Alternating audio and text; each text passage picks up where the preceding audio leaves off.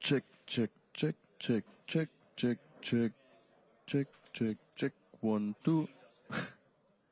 Check, check, check. Check, check, check, check. 1, 2, 3. 1, 2. 1, 2. 1, 2, 3. 1, 2. Check, check, check. Nice.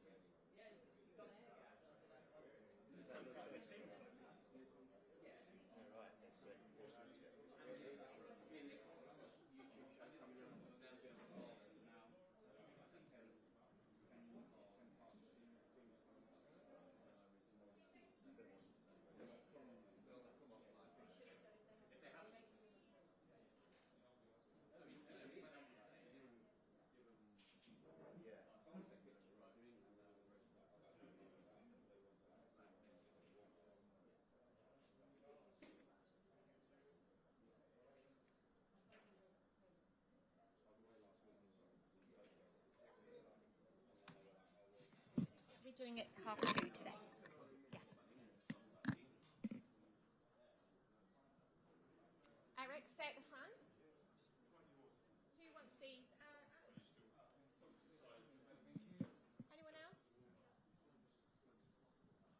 You can hold it for a minute. Yeah. Got promotion. Head of microphone.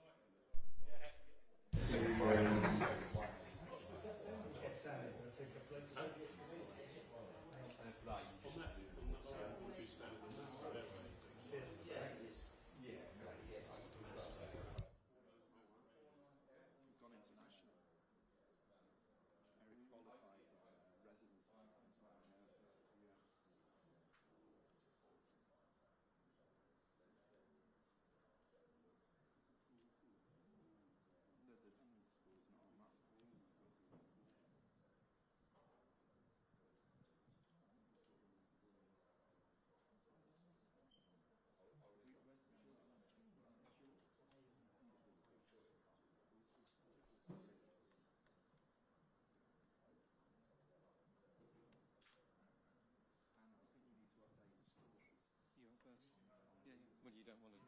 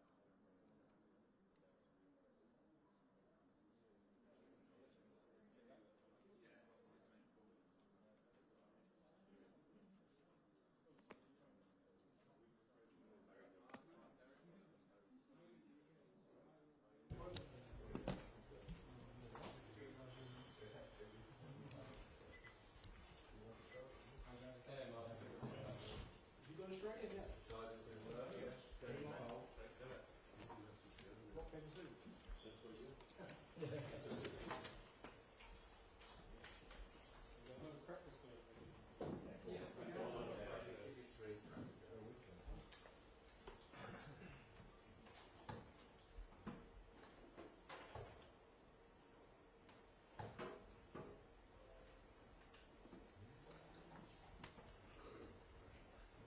seem really confident.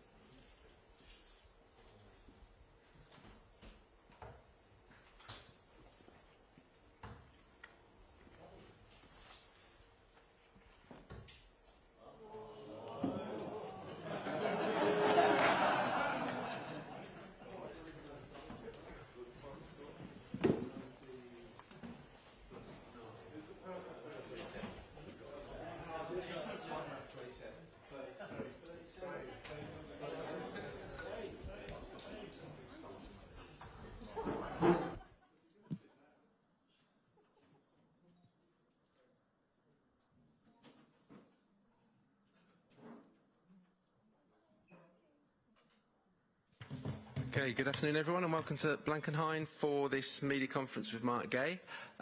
As ever, if we can keep it to 3 questions per person in the first instance, and we'll have a short embargo section at the end as well. I think as ever, Rob Dorset, do you want to get us underway? Hi Mark, good to see you.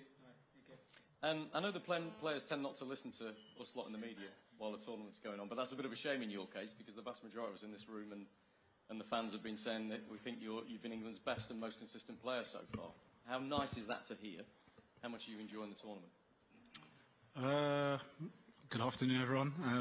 It's nice to hear. It's nice to hear. I don't think I wouldn't say I'm the best player. I think there's been quite a few really good performances, in my opinion. But yeah, I think I'm just really enjoying the tournament, enjoying being here. Just really grateful. When you see the way the defensive unit is performing, 1 goal conceded in 3, I think you've restricted chances. Is it a bit strange from your perspective to hear a lot of the criticism and some of the booing from the fans?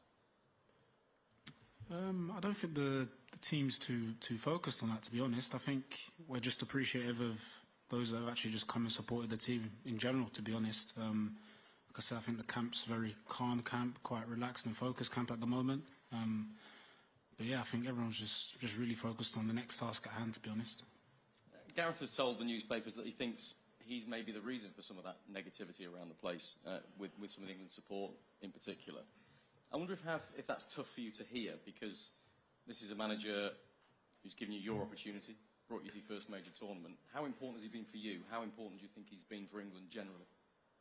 He's been fantastic. I think if you look at his record, speaks for itself.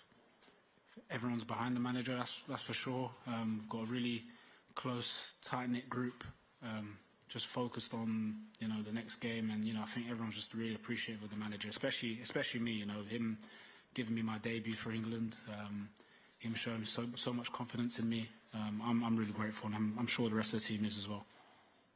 Hi, Mark. Hi, UK. Good, thanks. What's it been like playing with John Stones, and has Harry Maguire or anyone been in contact about your performances so far?